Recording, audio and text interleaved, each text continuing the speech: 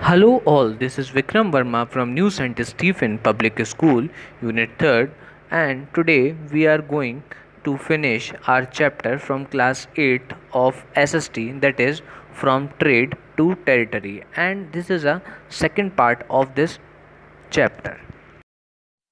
So, the topics that we are going to cover in this video are company officials become Naboob, Tipu Sultan, the Tiger of Mysore, war with Maratha, the claim of paramountcy, doctrine of lapse, India in 1765, 1805 and 1857। तो इसमें हम map देखेंगे India का, है ना, कि कितना जो इंडिया का पार्ट था इन ईयर्स में, है ना, ब्रिटिशर्स के अधीन था और कितना इंडिपेंडेंट था। ठीक है, सब्सिडरी अलायंस, है ना, seventh topic, and the main principle of subsidiary alliance and the company army, है ना। तो these are the topics that we are going to cover in this video.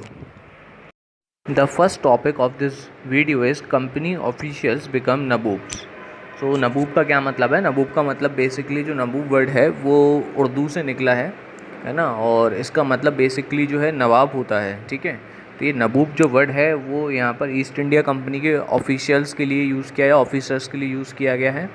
ठीक है ना, जो क्या कहते हैं, जो नवाब थे, है ना, वो हारने के बाद उन्होंने बहुत ज़्यादा जो संपत्तियाँ थी, अपनी जो संपत्ति थी, है ना, और जो गोल्ड वगैरह थे और जो प्राइस वगैरह थे ना, वो काफ़ी सारे ऑफ़र किए थे, है ना, ब्रिटिश ऑफिशियल्स को, है ना, और वो बहुत रिच बन गए थे, है ना। वापस जब वो ब्रिटेन गए थे तो काफ़ी रिच हो चुके थे, है ना। तो ऑफिशियली उनको नबूब्स कहा जाता था। नबूब जो वर्ड है वो उर्दू से निकला हुआ, जिसका मतलब बेसिकली नवाब है। ठीक है, so after the battle of Plassey, the actual Nawab of Bengal were forced to give the land and vast sums of money as a personal gift to the office company official। ठीक है ना, तो ये मैंने बताया जैसे कि आपको कि बैटल ऑफ प्लासी के बाद जो एक्चुअल नवाब थे बंगाल के, है ना, उनको फोर्सफुली काफ़ी सारी लैंड और काफ़ी ज़्यादा पैसा, है ना, पर्सनल गिफ्ट के तौर पर देना पड़ा कंपनी के ऑफिशियल्स को, मतलब ऑफिसर्स को।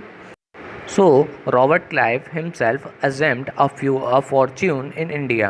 He came to Madras at the age of 18. When he left India, his Indian fortune was worth 4,01,102 euro. तो इसका मतलब ये है कि जब जो रॉबर्ट क्लाइव थे, है ना, वो इंडिया से उन्हें बहुत ज़्यादा धन संपत्ति प्राप्त हुई, है ना। जब वो मद्रास आए थे तो उनकी एज 18 ईयर्स थी, है ना, लेकिन जब उन्होंने इंडिया छोड़ा तो उनके पास ये 4,01,102 यूरो थे, है ना। तो यूरो की जो वैल्यू है, पता है आपको कि रुपीज़ के कंपैरिजन में कितना ज़्यादा कॉस्टली है यूरो, है ना। यूरो जो है एक यूनिट है, करेंसी है, जो कि यूज़ होती है यूरोप में, है ना, ब्रिटेन में। आगे, when he was appointed as the governor of Bengal in 1764, है ना, he was asked to remove the corruption in company administration, but he was himself cross-examined in 1772 by the British Parliament, which was superstitious of vast wealth, है ना। Although he was acquitted, he committed suicide in 1774, है ना। तो जब वो appoint किए गए governor Bengal के 1764 में, तो उनसे कहा गया कि जो कंपनी के एडमिनिस्ट्रेटिव हैं, यानी कि कंपनी के जो शासक हैं, है ना, उनसे करप्शन हटाना होगा, है ना। तो ही हिमसेल्फ क्रॉस एग्जाम्ड, है ना, तो उनसे खुद क्रॉस एग्जामिनेशन किया गया, मतलब खुद उनसे पूछताछ हुई 1772 में, है ना, ब्रिटिश पार्लियामेंट द्वारा, है ना। और उन पे संदेह ये था कि उनके पास इतनी ज़्यादा संपत्ति कहाँ से आई। ठीक है ना, तो ये ऑब्वियस था कि करप्शन में उनका भी बहुत बड़ा योगदान रहा था, है ना। वो भी काफ़ी ज़्यादा करप्ट थे, इसलिए उनके पास इतनी ज़्यादा धन संपत्ति थी, है ना। और उन्होंने आगे 1774 में सुसाइड कमिट कर लिया। ठीक है, तो अब नेक्स्ट टॉपिक देखते हैं। So Tipu Sultan the tiger of Mysore. Tipu Sultan 20 नवंबर 1750 टू 4 मई 1799, तो इनका जीवन काल रहा है। ठीक है, also known as the tiger of Mysore, was the ruler of the kingdom of Mysore from 1782 to 1799। Okay, a scholar, soldier and a poet. तो टीपू सुल्तान की बात करते हैं, तो टीपू सुल्तान की जो जन्म, मतलब जो पूरा जन्मअवधि रही, है ना, वो उनका जो जन्म से लेकर मृत्यु तक जो समय काल रहा, वो 20 नवंबर 1750 से लेकर 4 मई 1799 तक रहा, है ना। टीपू सुल्तान को टाइगर ऑफ मैसूर का खिताब दिया गया था, है ना, उसके नाम से भी उनको जाना जाता है ना। ये मैसूर जो राज्य था, जो किंगडम था, उसके ये रूलर थे 1782 से 1790 तक, है ना। एक विद्वान यानी कि स्कॉलर, सोल्जर और एक पोइट भी थी ये, ठीक है। तो all together is a multi talented personality, है ना। Tipu Sultan was the elder son of the sultan Hyder Ali of Mysore and his wife Fatima Fakor un Nisa, a daughter of Mir Miauddin, governor of Kadapa, ठीक है ना। तो जो टीपू थे ये सबसे बड़े बेटे थे, ठीक है, सुल्तान हैदर अली के, सुल्तान हैदर अली मैसूर के, है ना। इनकी जो वाइफ थी उनका नाम था फातिमा फाकोर उल निसा, है ना। इनकी जो डॉटर थी जिसका नाम मोइन उद्दीन, गवर्नर ऑफ कदप्पा थी, ठीक है। आगे, Tipu promoted more wide spread use of Hindustani language in southern India, ठीक है ना। तो टीपू का जो योगदान रहा वो ये है कि इन्होंने साउथर्न इंडिया में जो हिंदुस्तानी लैंग्वेज है हमारी, उसको बहुत ज़्यादा वाइड स्प्रेड फैलाया, है ना, उसको स्प्रेड किया, प्रमोट किया इन्होंने बहुत ज़्यादा। तो इनका ये बहुत हिस्ट्री में बहुत बड़ा योगदान रहा है ना। Tipu introduce a number of administrative innovative, है ना। तो टीपू का दूसरा काम जो सबसे बड़ा योगदान रहा है वो ये कहेंगे हम कि इन्होंने शासन की जो तरीके हैं उनमें बहुत ज़्यादा सुधार किया था, है ना। तो उन्होंने नंबर ऑफ एडमिनिस्ट्रेटिव इनोवेटिव्स निकाले, introducing the including the introduction of a new coinage, है ना, new Multani lunisolar calendar and a new land revenue system, है ना, initiated the growth of Mysore silk industry, ठीक है। तो इनके कुछ कुछ काम थे, जैसे कि इन्होंने एडमिनिस्ट्रेटिव इनोवेटिव किए थे, मतलब कि शासन में कुछ नए तरीके निकाले थे शासन में, है ना। उन्होंने नया कॉइनेज निकाला था, ठीक है, और एक नया उन्होंने कैलेंडर डिस्कवर किया था जिसमें उन्होंने नए लैंड रेवेन्यू सिस्टम को इनिशिएट किया था, और जिसकी वजह से जो मैसूर की सिल्क इंडस्ट्री थी उसमें भी बहुत अच्छा ग्रोथ देखने को मिला इनके जीवन काल में। During this administration of Tipu Sultan of Mysore, also known as the Tiger of Mysore, है ना, there is an introduction of coins of gold, silver and copper coins. Among them, the gold and silver coins are most precious. Tipu Sultan expanded the iron-cased Mysorean rocket, which he deployed in his resistance against the military advance of the British. He remained an implacable enemy of the British East India Company, bringing them into the renewed conflict with the attack of the British allied and Travancore in 1789, ठीक है। In the Third Anglo-Mysore War, Tipu was forced into the humiliatory treaty, है ना, losing a number of previous conquered territories including the Malabar and Mangalore. In the Fourth Anglo-Mysore War, the combined force of the British East India Company and the Nizam of Hyderabad defeated Tipu, and he was killed on 4th May 1799, and while defending his fort of the Srirangapatnam, ठीक है। तो टीपू के बारे में कुछ बातें और हम आप डिस्कस करते हैं है ना। टीपू ने आयरन केस मैसूरियन रॉकेट भी बनाए थे, है ना, जिन्होंने जिन रॉकेट्स को उन्होंने यूज़ किया था ब्रिटिश मिलिट्री के अगेंस्ट में, ठीक है। तो यहाँ पर एक और अचीवमेंट है टीपू सुल्तान का, है ना, कि इन्होंने जो रॉकेट्स थे आयरन केस मैसूरियन रॉकेट जो वो बहुत फेमस हुए उस समय, तो उनका भी इन्हीं के समय में जो आविष्कार है वो हुआ, है ना। ही रिमेंड एंड इनप्लेसेबल आर्मी, मतलब कि ये कि ये ब्रिटिश ईस्ट इंडिया कंपनी के, है ना, बहुत कट्टर दुश्मन रहे, ठीक है ना। उन्होंने काफ़ी ज़्यादा कन्फ्लिक्ट हुए उनके बीच में, यानी टीपू सुल्तान के बीच में और ब्रिटिश ईस्ट इंडिया कंपनी के बीच में, है ना। और ब्रिटिश एलाइड ने ट्रेवनकोर पर भी अटैक किया था, है ना, 1789 में। ट्रेवनकोर मतलब ये उस समय का केरला था, पहले केरला को ट्रेवनकोर कहते थे, 1789 में, है ना।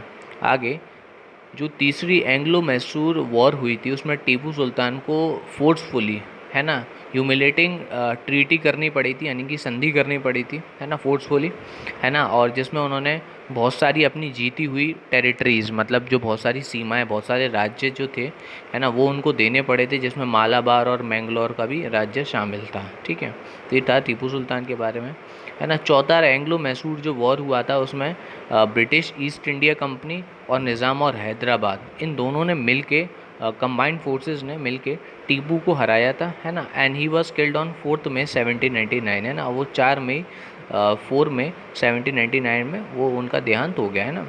And while defending his fort of Srirangapatnam, तो श्रीरंगापट्टनम के उनका जो फोर्ट था, उनको किला था, उस किले को बचाते हुए उनकी मृत्यु हो गई। तो ये था टीपू सुल्तान के बारे में कुछ जानकारी। सो वॉर विथ मराठा हमारा ये अगला टॉपिक है। तो फर्स्ट एंग्लो मराठा वॉर, तो इससे पहले भी हमने एंग्लो वर्ड पढ़ा था। तो ये जो एंग्लो एक प्रीफिक्स है ना, जो किसके लिए यहाँ पर यूज़ किया गया, ब्रिटिशर्स के लिए यूज़ किया गया है ना। तो Anglo Maratha war means the Britishers and the Maratha war. तो जो फर्स्ट एंग्लो मराठा वॉर थी वो 1775 से 1782 में लड़ी गई, है ना। And was the first of the 3 Anglo Maratha war fought between the British East India company and Maratha empire in India, है ना। The war began with the treaty of Surat and ended with the treaty of Salbai. ठीक है, तो यहाँ पर ये था कि जो पहली एंग्लो वॉर थी वो 1775 से 1782 में थी, है ना। And was first of the 3 Anglo Maratha war fight between the British and east India company, है ना। तो जो पहली 3 मराठा और एंग्लो वॉर्स थी वो ब्रिटिश और ईस्ट इंडिया कंपनी की, मतलब मराठा और ब्रिटिश ईस्ट इंडिया कंपनी के बीच में लड़ी गई, है ना। मराठा जो एम्पायर था इंडिया में था, पता है आपको, है ना, महाराष्ट्र का था ये, है ना। The war between the treaty of Surat, है ना। तो जो वॉर हुई थी, जो युद्ध हुआ था, इसमें ट्रीटी ऑफ सूरत हुई, है ना। And ended with the treaty of सबई, ठीक है ना। तो ट्रीटी और सूरत से ये शुरू हुई थी, ये जो एंग्लो मराठा वॉर हम जो बार बार बोल रहे हैं, ये ट्रीटी ऑफ सूरत से शुरू हुई थी और ये ख़त्म हुई थी ट्रीटी ऑफ सबई पे जाके, है ना। Second point, the battle of Delhi took place on 11 सितंबर 1803 during the second Anglo Maratha war between the British troop under the general Lake and Marathas of Scindia army under the general Louis Bourquien, है ना। तो ये जो बैटल ऑफ दिल्ली हुई थी, ये हुई थी आपकी 11 सितंबर 1803 में, है ना। और ये सेकंड एंग्लो मराठा वॉर उसको माना जाता है। ये ब्रिटिशर ट्रुप और ये हुई थी britisher troop under the general Lake, है ना। जो जो ब्रिटिशर ट्रुप थे उसके जनरल थे लेक, है ना। और जो मराठा थे वो किसके छावनी में लड़े थे, सिंधिया आर्मी की छावनी में लड़े थे, है ना, under the general Louis Bourquien, है ना। आगे जो था, the battle was fought as the Patparganj, है ना, right across the Yamuna river from the Humayun's tomb, also given the battle its local name, ठीक है ना। तो ये जो बैटल हुई थी ये कहाँ हुई थी, पटपरनागंज में, है ना। ये right across the Yamuna river, है ना, यमुना रिवर के जस्ट सामने है ये, है ना, हुमायूं टॉम के पास, है ना। और इस बैटल को इसी से लोकल नाम यानी कि दिया गया यहाँ से, है ना। ठीक है, तो ये था आपका फर्स्ट एंग्लो मराठा वॉर, है ना, और सेकंड एंग्लो मराठा वॉर, है ना। बात करते हैं हम थर्ड एंग्लो मराठा वॉर की। ये 1817 से 1818 में हुई, है ना। And was the final and decisive conflict between the British East India company and the Maratha empire in India, है ना। और ये तीसरी और डिसाइडिव आपकी वॉर थी ब्रिटिश ईस्ट इंडिया कंपनी के बीच में और मराठा साम्राज्य के बीच में, जो कि इंडिया में है ना, था। The war left the company in control of the most of India, है ना। और उस वॉर की वजह से इंडिया पे ज़्यादातर कंट्रोल स्थापित हो गया ब्रिटिश ईस्ट इंडिया कंपनी का, ठीक है। It began with the invasion of Maratha territory, 1,10,400 British East India company troop, है ना। और ये शुरू हुआ था जब जो मराठा की टेरिटरी थी, जो मराठा की जो सीमा थी, उसमें 1,10,400 ब्रिटिश ईस्ट इंडिया कंपनी के ट्रुप्स ने ब्रिटिशर्स ने जब हमला किया था, है ना, तब ये स्टार्ट हुई थी थर्ड एंग्लो मराठा वॉर, है ना। और इसमें फ़ायदा जो हुआ वो ब्रिटिशर्स का ही हुआ, क्योंकि जो टेरिटरी थी, है ना, वो ब्रिटिशर्स ने ही जीती यहाँ पर। और इसकी वजह से ज़्यादातर जो फ़ायदा हुआ वो ब्रिटिशर्स का ही हुआ, क्योंकि उनको ज़्यादातर कंट्रोल मिल गया था इंडिया की टेरिटरी पर। ठीक है। तो our next topic is the claim of paramountcy, है ना। So student please listen to me very carefully, and because this is a very important topic of your chapter, है ना। Let just know about the paramountcy. Under the lord Hasting governor general from 1813 to 1823, है ना। तो जो Lord Hasting थे ये governor general थे 1813 से लेके 1823 तक, है ना। इन्होंने एक न्यू पॉलिसी इनिशिएट की थी, इंट्रोड्यूस की थी, जिसका नाम था पैरामाउंसी, है ना। Now the company claim that its authority was paramount और supreme, hence its power was greater than other states. ठीक है, इसका मतलब ये क्या है ना। क्लेम ऑफ पैरामाउंसी का मतलब यहाँ पर ये है, पैरामाउंसी का मतलब पैरामाउंट या पैरामाउंसी का बेसिकली जो मीनिंग होता है वो सुप्रीम होता है, जो सबसे ऊपर होता है ना, जो सबसे ग्रेटर होता है ना। तो कंपनी ने का ये क्लेम करना था, कंपनी ये कहती थी, है ना, कि उसकी जो अथॉरिटी है वो सबसे सुप्रीम है ना। और कोई भी अदर स्टेट्स, मतलब कि इंडिया की जितनी भी अलग अलग स्टेट्स में अगर किसी भी किंग का जो रूल था, है ना, जो भी अलग अलग किंग के रूल्स जो थे छोटी मोटी जगहों पर, अलग अलग जगहों पर, तो है ना, of course under British rule थे, है ना। कुछ ऐसे भी थे जो ब्रिटिश रूल के अंडर नहीं भी थे, है ना। तो उसमें ये था कि ज़्यादा जो ग्रेटर पावर है वो हमेशा बाकी स्टेट से किसकी मानी जाएगी, ब्रिटिशर्स की मानी जाएगी, है ना। Britishers, the power of the britisher consider the supreme, authority of the britisher was consider the supreme. तो ये था द क्लेम ऑफ पैरामाउंसी, है ना, जो कि लॉर्ड आप हेस्टिंग ने निकाला था। ठीक है, आगे, in order to protect its interests, it was justified in annexing or threatening or to annex any Indian kingdom. The process, however, did not go unchallenged. So basically जो एनेक्सिंग होता है या एनेक्सेशन होता है या एनेक्स बोला गया है जिसको ANNEX, इसका मीनिंग होता है राज्य हरण कर लेना या राज्य हड़प लेना। ठीक है, तो अपने आप को बचाने के लिए, in order to protect its interest, it is justified in annexing or threatening or to annex any Indian kingdom. तो उन्होंने क्या किया कि जो बाकी राज्य थे उनको किसी तरह उनको हरण कर लिया, उन राज्यों का, मतलब वहाँ पर जो ब्रिटिश एडमिनिस्ट्रेशन को वहाँ पर लागू उन्होंने करा दिया।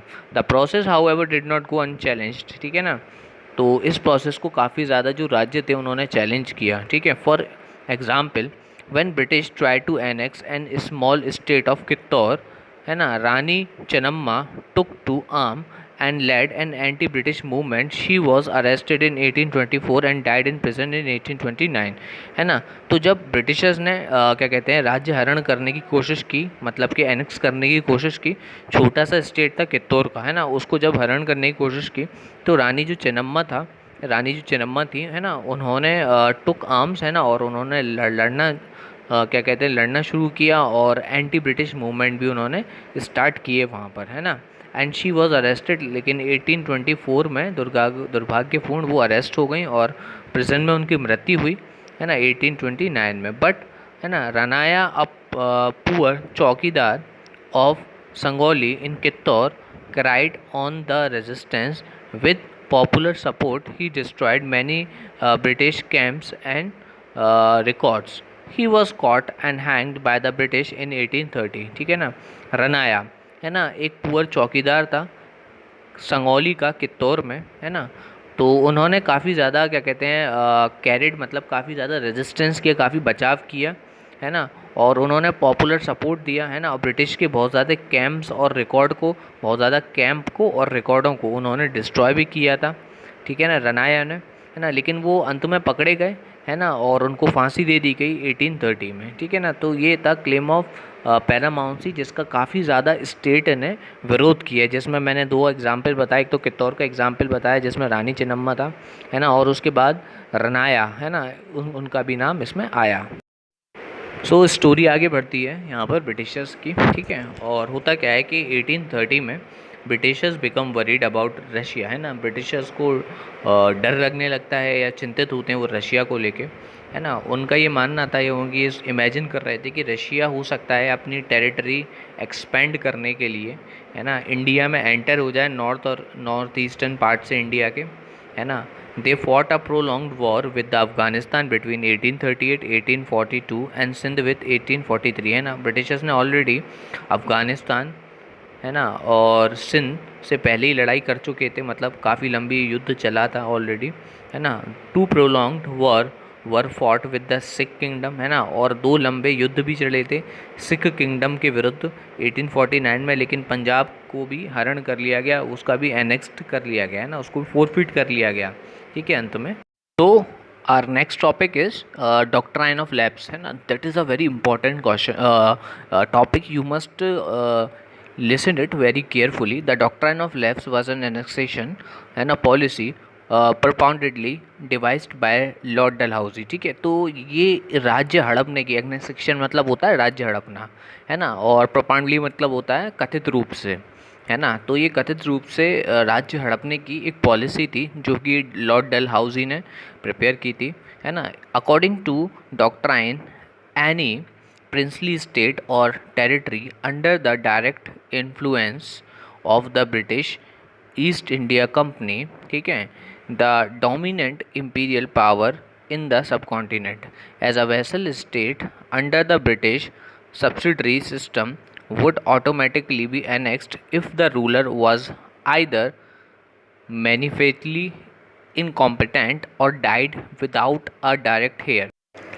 अगर आपको शॉर्ट में मतलब समझना है इसका कि डॉक्ट्राइन ऑफ लैप्स है क्या, तो इसका सीधा सीधा सा ये मतलब है कि कोई भी ऐसा राज्य, है ना, जिसका राजा असक्षम हो या बिना वारिस के मर गया हो, है ना, जिसका राजा असक्षम हो या बिना क्या कहते हैं वारिस के मर गया हो, है ना, तो ऐसा राज्य पर जो अधिकार होगा वो ब्रिटिशर के आ जाएगा. ब्रिटिशर उस पर अधीन अपना पूरा कर लेंगे, ठीक है ना, उसको एनेक्स कर लेंगे, ठीक है. तो ये एनेक्सेशन की पॉलिसी थी, ठीक है ना, राज्य हड़पने की पॉलिसी थी, है ना, कि अगर कि कोई अगर राज्य है ना, और उसका राजा बिना वारिस दिए, है ना, मर गया हो, है ना, तो वो राज्य किसके पास चला जाएगा, ब्रिटिशर्स के पास चला जाएगा, है ना. ये था डॉक्ट्राइन ऑफ लैप्स, है ना. आप मतलब समझते हैं इसमें.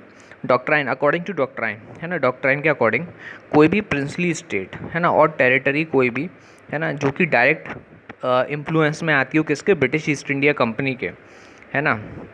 सो as a vassal state under the British subsidiary system, या फिर ऐसा कोई क्या कहते हैं सब कॉन्टिनेंट देश जो किसके अंडर आता हो, ब्रिटिश पावर के अंडर आता हो, है ना, तो वुड ऑटोमेटिकली भी एनेक्स्ड, है ना. तो वो ऑटोमेटिकली उसका जो राज्य है ना, वो किसके पास चल जाएगा, ब्रिटिश के पास चल जाएगा, अगर जो रूलर है ना, मैनिफेस्टली इनकॉम्पिटेंट, है ना, अगर वो असक्षम है ना, और बिना वारिस दिए अगर वो मर गया है, तो जो राज्य है वो किसके पास चला जाएगा, ब्रिटिशर्स के पास चला जाएगा, ठीक है. ये था डॉक्ट्राइन ऑफ लैप्स, ठीक है.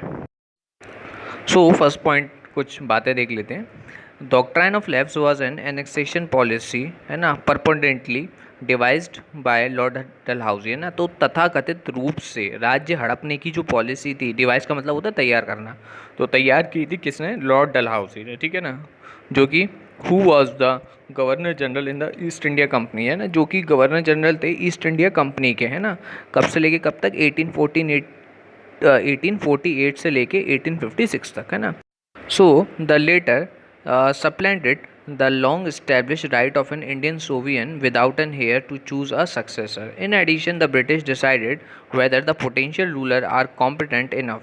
The doctrine and its application were widely regarded by Indians as illegitimate, है ना. तो ऐसा था कि जो लंबे समय से इंडिया में परंपरा चलती आ रही थी, ठीक है ना, कि जो उत्तराधिकारी होगा, है ना, उसको चूज़ करता था राजा, है ना, राजा खुद चूज़ करता था कि उसके बाद कौन सिंहासन पे उसके बाद बैठेगा, है ना. तो यदि कोई राजा बिना अपना वारिस चूज़ किए अगर मर जाता था, या फिर इस लायक नहीं, इस सक्षम नहीं था, वो अगर इस लायक नहीं होता था, है ना, कि वो अपने राज्य को चला पाए, ठीक है, तो वहाँ पर ये पॉलिसी लागू हो जाती थी. ये पॉलिसी क्या हो जाती थी, एप्लीकेबल हो जाती थी, कौन सी, डॉक्ट्राइन ऑफ लैप्स की, ठीक है ना.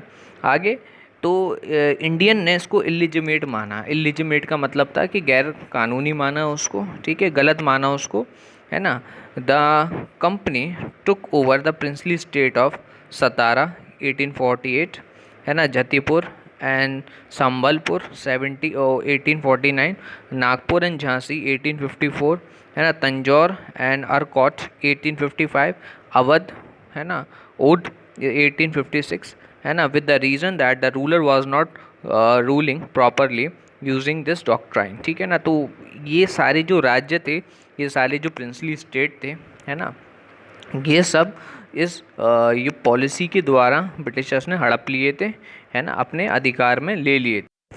उनका ये मानना था कि ये जो राज्य है ना, यहाँ पर प्रॉपर रूलिंग नहीं हो रही है ना, तो यहाँ पर उन्होंने ये डॉक्ट्राइन ऑफ लैप्स की जो पॉलिसी थी उसको यूज़ किया और ये सारे राज्यों का उन्होंने एनेक्सेशन किया, है ना। The company added about 4 million pound sterling, है ना, to its annual revenue by using this doctrine, है ना। तो ये स्टर्लिंग जो है और पाउंड जो है, ये सब क्या है, इंग्लैंड की उस समय करेंसी हुआ करती थी, है ना। तो इसको यूज़ करके कंपनी ने, है ना, करीबन 4 बिलियन पाउंड का, है ना, अपने जो खजाना था, अपना जो रेवेन्यू था, अपनी जो आय थी, उसको बढ़ाया था। ठीक है, here you can see map on the screen of India, है ना, ऑफ 1797 एंड 1840, है ना। So yellow colour area under British, तो देख सकते हैं आप कि एरिया जो अंडर ब्रिटिश था वो बनारस और कलकत्ता का था, है ना, और कुछ पार्ट साउथर्न इंडिया में भी है ना। 1840 में आके ये एरिया देखिए बढ़ गया है ना, ये जो येलो वाला एरिया है वो ब्रिटिश के कंट्रोल में, देखिए लखनऊ का, बनारस, कलकत्ता का, मद्रास का, है ना, बॉम्बे का, है ना, और ये उत्तर प्रदेश का काफ़ी एरिया देखिए किसके अंडर आने लगा, ब्रिटिशर के अंडर आने लगा। तो यानी कि 79 से 1840 तक आते आते ब्रिटिशर ने काफ़ी कुछ अपने कंट्रोल में कर लिया था। ठीक है, यहाँ पर हम आते हैं 1857 के मैप पे, और 1857 के मैप में आप देखिए ऑलमोस्ट 60% जो इंडिया है वो ब्रिटिशर्स के कंट्रोल में, येलो कलर की लाइन है, लखनऊ है, दिल्ली है, बनारस, कलकत्ता, लाहौर, बॉम्बे, गोवा, मद्रास, है ना, ये कितने सारा एरिया है। 1857 तक 60% जो एरिया था इंडिया का वो ब्रिटिशर्स के रूल के अंडर आ चुका था। ठीक है, so our next topic is subsidiary alliance. ठीक है, तो सब्सिडरी का बेटा यहाँ पर मतलब है सहायक, और अलायंस का मतलब होता है गठबंधन। ठीक है ना, तो यहाँ पर ये सब्सिडरी अलायंस अब हम देखते हैं, है ना। The doctrine of subsidiary alliance was introduced by the marquess Wellesley, है ना, British governor general in India in from 1798 to 1805। ठीक है, तो मार्क्वेस वेस्ले एक ब्रिटिश गवर्नर थे जो कि इंडिया के थे, है ना, 1798 से 1805 तक थे। इन्होंने सब्सिडरी अलायंस की घोषणा की थी, इंट्रोड्यूस किया था इन्होंने।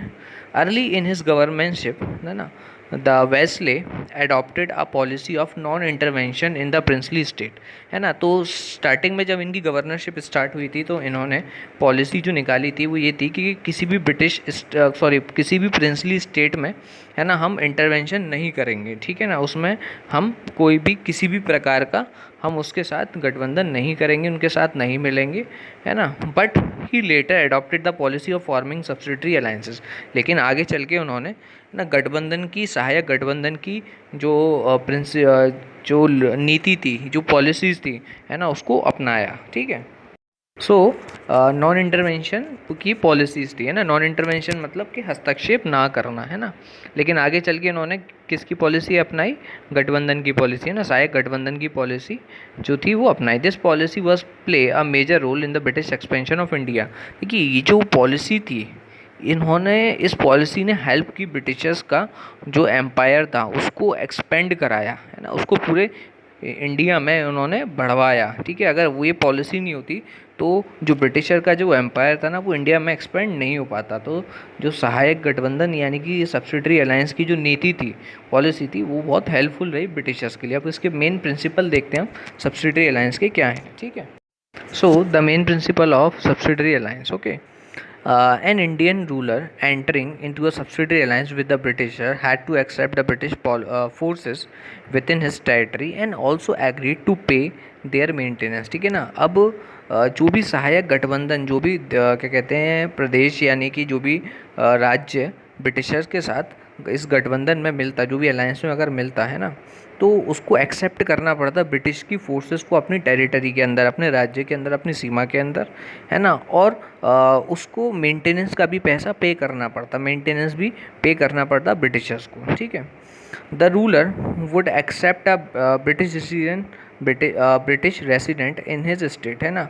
जो रूलर है मतलब कि जिस भी स्टेट के साथ, जिस भी राज्य के साथ ये गठबंधन करते यानी कि शायद सब्सिडरी अलायंस करते, है ना, उस रूलर को, ब्रिटिशर को रेसिडेंट मानना होता इनके स्टेट का, ब्रिटिश रेसिडेंट मानना होता, है ना, यानी कि ब्रिटिश नागरिक मानना होता उन्हें अपने स्टेट में। ठीक है, अगला है an Indian ruler who enter into a subsidiary alliance would not enter into any further alliance with any other power, nor would he declare war against any power without the permission of British। ठीक है ना।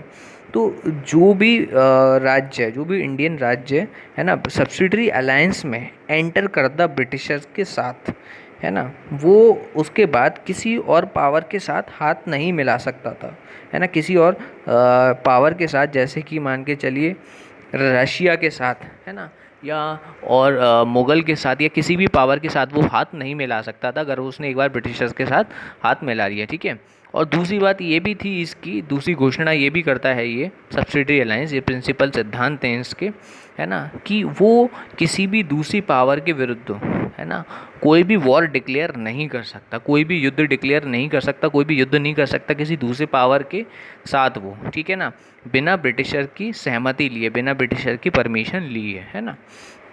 The ruler would not employ any European other than britishers, है ना, and if he were already doing so he would dismiss him. ठीक है ना। तो ये है कि जो रूलर है उस स्टेट का, जो सब्सिडरी अलायंस, जो मतलब समझौता कर रहा था अपने स्टेट के साथ, जो हाथ मिला रहा था ब्रिटिशर्स के साथ, है ना, वो यूरोपियन दूसरी किसी कंट्री को, है ना, अपने जो स्टेट है उस अपने राज्य में, है ना, आने की परमिशन नहीं देगा, एम्प्लॉय नहीं करेगा, है ना। अगर वो पहले से उसको परमिशन दे रहा था किसी दूसरी यूरोपियन कंट्री को, जैसे कि रशिया को, अपने राज्य में रहने की परमिशन, तो अब वो नहीं देगा, है ना, वो एम्प्लॉय उसे नहीं करेगा, है ना, वो उस परमिशन को डिसमिस कर देगा ब्रिटिशर के साथ हाथ मिलाने के बाद।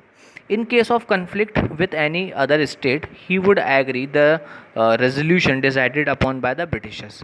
अगर उस स्टेट का जो ब्रिटिशर के साथ संधि कर रहा है, मतलब जो ब्रिटिशर के साथ सब्सिडरी अलायंस में जा रहा है ना, उस स्टेट का अगर किसी दूसरे राज्य के साथ, उस राज्य का किसी दूसरे राज्य के साथ मतभेद यानी कि झगड़ा होता है ना, तो जो ब्रिटिशर्स कहेंगे वही रेजोल्यूशन, वही ट्रीटी उनको माननी होगी, है ना, वही समझौता उनको फिर मानना पड़ेगा, वही रेजोल्यूशन उनको मानना पड़ेगा जो ब्रिटिशर्स डिसाइड करेंगे उस राज्य के लिए, जिस राज्य के वे सब्सिडरी अलायंस में जुड़े हुए हैं। ठीक है, चलिए अब देखते हैं हम अपना अगला टॉपिक। इसको आप ध्यान से समझिए, पॉज करके वीडियो देखिएगा, पढ़िएगा, है ना। कोई प्रॉब्लम हो तो आप मुझसे बाद में भी पूछ सकते हैं।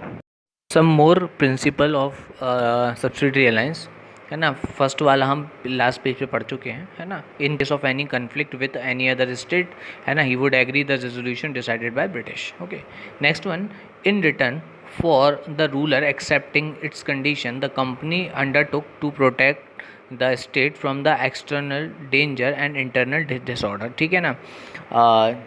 जो प्रदेश, है ना, सब्सिडरी अलायंस के तहत ब्रिटिशर्स के साथ हाथ मिलाएगा, है ना, ब्रिटिशर के साथ समझौता करेगा, है ना, कंपनी उसको प्रोटेक्ट करेगी बाकी स्टेट से, है ना, यानी बाकी स्टेट मतलब आसपास के स्टेट से उसको जो भी डेंजर होगा, एक्सटर्नल डेंजर होगा, बाकी के राज्यों से अगर उस पर हमला करेंगे तो वो उस स्टेट को बचाएगी, या इंटरनल उसको अगर राज्य को, उसके राजा को अगर कोई खतरा होगा किसी कुछ लोगों से, है ना, तो वो उनकी रक्षा करेगी, है ना। ये अगला इनका प्रिंसिपल था, ठीक है, इस पॉलिसी का।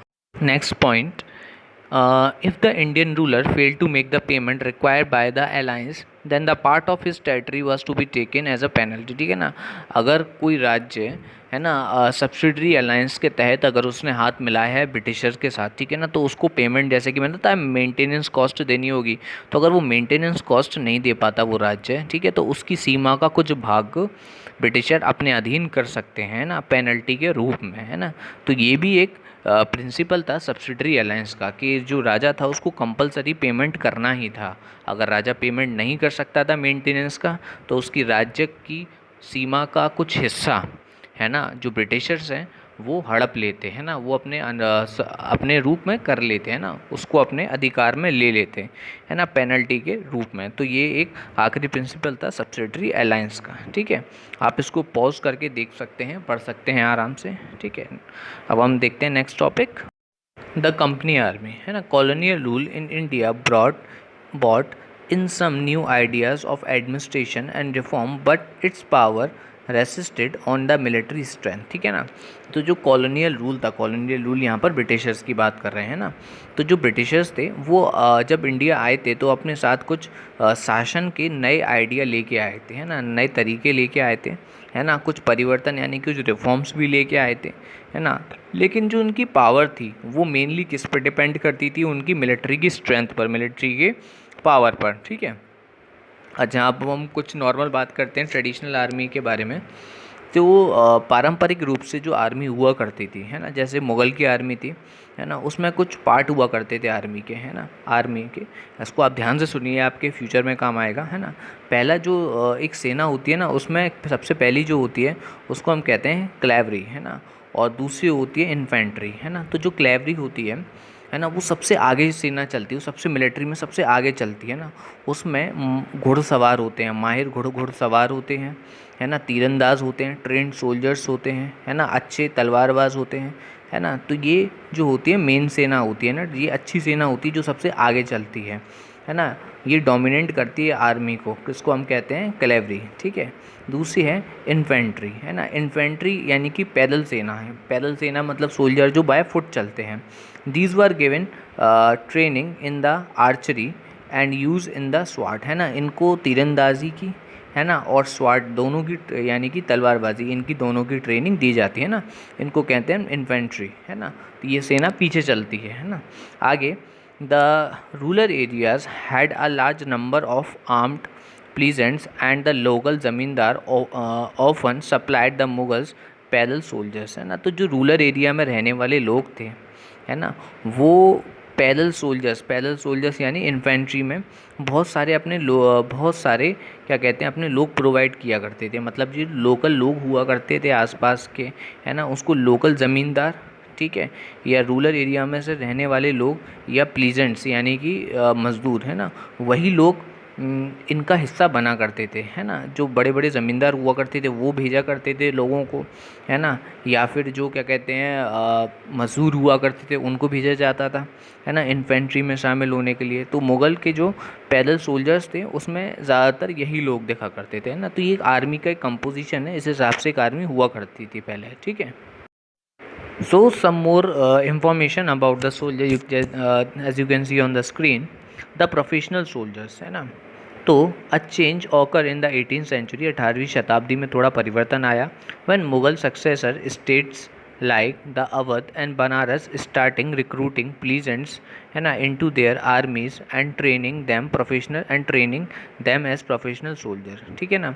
तो ये जो परिवर्तन आया ये जब आया जब मुग़ल के जो सक्सेसर थे, मुग़ल के आगे जो वंशज थे, है ना, उन्होंने अवध और बनारस जैसे स्टेट में, है ना, मज़दूरों को, है ना, रिक्रूट करना शुरू किया अपनी आर्मी में, है ना, अपनी आर्मी में उनको जमा करना या अपनी आर्मी में उनको भर्ती करना शुरू किया, है ना, उनको ट्रेनिंग देना शुरू किया प्रोफेशनल सोल्जर्स के रूप में। ठीक है, तो ये थोड़ा सा परिवर्तन आया, है ना। East India company adopted the same method when it began the recruitment of its own army, है ना। तो ईस्ट इंडिया कंपनी ने भी यही तरीका अपनाया, है ना। तो जब उन्होंने रिक्रूटमेंट होता है भर्ती करना, है ना, तो जब अपनी आर्मी में लोगों को भर्ती करना शुरू किया तो उन्होंने भी सेम मेथड अपनाया, है ना, which come to known as sepoy, है ना, जिसको सिपॉय आर्मी कहा जाता था, है ना, सिपाही की आर्मी, सिपाही हिंदी में कहते हैं, तो लोग सिपॉय कहते थे ब्रिटिशर्स, है ना। फ्रॉम द इंडियन वर्ड सिपाही मीनिंग सोल्जर, है ना, इंडिया में हम सिपाही कहते हैं और मतलब उसका क्या होता है सोल्जर्स यानी कि सैनिक, है ना। तो ब्रिटिश की जो ईस्ट इंडिया कंपनी थी, है ना, उसने भी यही तरीका अपनाया, है ना। In the early 19th century, है ना, 19वीं शताब्दी की शुरुआत में, है ना, britisher began to developed a uniform military culture, है ना। Soldiers were increasingly subjected to European style.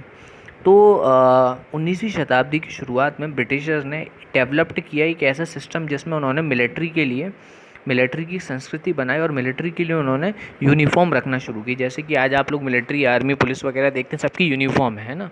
तो उन्होंने उस समय क्या किया, ब्रिटिशर्स ने, है ना, उन सिपाहीस की, है ना, उन सोल्जर्स की यूनिफॉर्म बनाना उन्होंने स्टार्ट किया, है ना। Soldiers were increasingly subjected to European style, और जो सोल्जर्स की यूनिफॉर्म हुआ करती थी वो यूरोपियन स्टाइल की हो सकती थी, है ना। जैसे कि आप लोग इसमें देख रहे हैं, है ना, एक पिक्चर गिवन है जिसमें देखिए अलग अलग टाइप की देखिए ड्रेसेस हैं, है ना। तो आर्मी में जो ऊंचे ऊंचे पद पर हुआ करते हैं लोग, है ना, मेडल्स वगैरह और ये सब देख सकते हैं आप लोग, स्क्रीन पर है, ठीक है। ये जो कल्चर था प्रोफेशनल सोल्जर का, मतलब पेशेवर सिपाही, है ना। तो जो पेशेवर सिपाही मतलब जो उसका पेशा ही सिपाही हो, मतलब कि उसकी जनरेशन में, है ना, उसने सीखा ही उसका यही काम हो, है ना, कि वो सोल्जर ही हो। तो इस टाइप का जो ड्रेस पहनने वाला इन्वायरमेंट था, यूनिफॉर्म पहनने वाला जो मिलिट्री का कल्चर था, इन्वायरमेंट था, वो यहीं से ब्रिटिशर्स ने स्टार्ट किया था, है ना। और उन्होंने प्रॉपर ट्रेनिंग देना शुरू किया सिपाहीज़ को, यानी कि सोल्जर्स को, है ना। उनका ड्रेस वगैरह बनाया, है ना, और डिसिप्लिन बनाए, रूल्स बनाए, है ना। जो रूल्स वगैरह, है ना, वो फॉलो करते थे। जैसे कि आज हमारे आर्मी में रूल्स हैं ना, रेगुलेशंस हैं, इसी प्रकार के उन्होंने रूल्स और रेगुलेशन भी बनाए, ड्रेस बनाई, है ना, अलग अलग डेजिग्नेशन बनाए, है ना, ठीक है। तो ये सारी अलग डेजिग्नेशन का मतलब होता है पद, जैसे कि आर्मी में अलग अलग पद होते हैं, इसी प्रकार की उन्होंने भी बनाए, ठीक है। तो East India company started as a trading company. तो ईस्ट इंडिया कंपनी जब इंडिया में आई थी तो एक व्यापारिक कंपनी बन के आई थी, उसको व्यापार करना था, है ना।